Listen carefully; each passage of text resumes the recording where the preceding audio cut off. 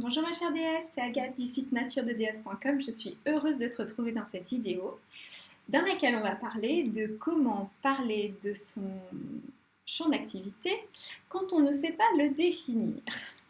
Vaste sujet.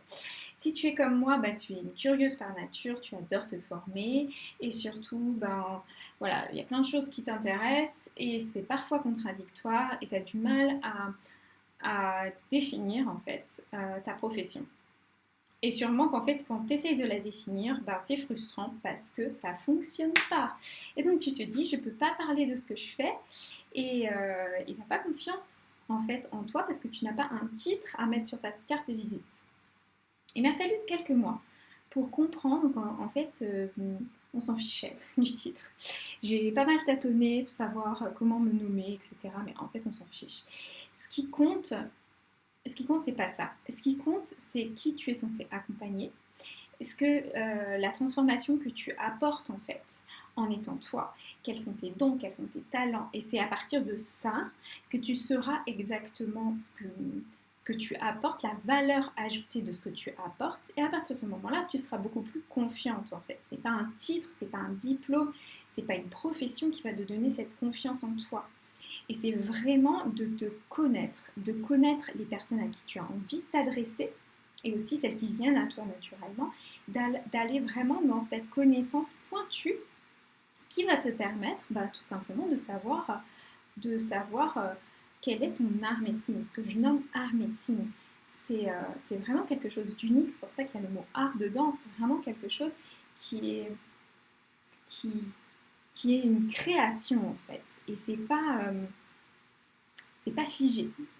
Et donc, à partir du moment où tu connais tout ça, tu vas avoir cette confiance en toi. Tu vas plus avoir besoin de te cacher derrière un titre, mais tu vas avoir des clés précises pour te lancer, pour lancer ton entreprise sereinement.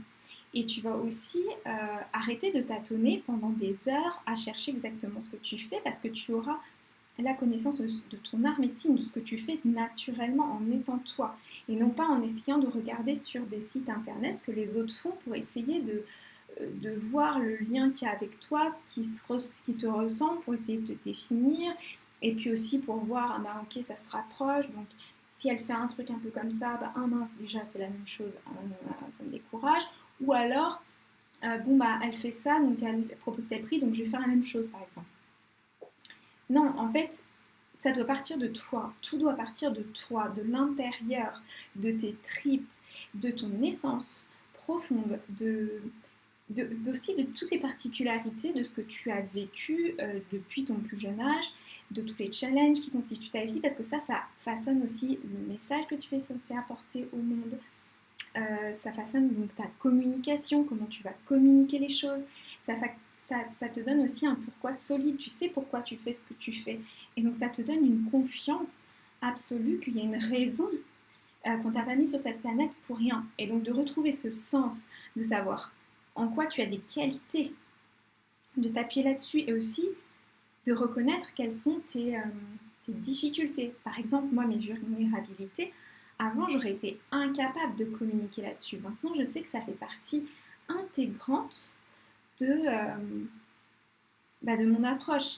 J'ai absolument eu du mal à trouver la confiance en moi, à oser parler de qui j'étais, au-delà voilà, de mettre un titre sur ce que je faisais. J'avais beaucoup de mal à, à oser être moi vraiment complètement et me détacher justement d'une profession. Je me suis formée pendant 3 ans à la naturopathie, croyant que je devais être naturopathe. Je ne suis pas du tout naturopathe aujourd'hui. Et ça m'a pris beaucoup de temps. Et ça, ces vulnérabilités, ces défis que j'ai eus, ça bâtit aussi mon approche. Et ça fait que ma pratique est unique et qu'elle n'est pas copiable et qu'il n'y a personne d'autre qui fait ce que je fais, même s'il y a d'autres coachs, même s'il y a des approches qui sont tournées vers la mission de vie, etc.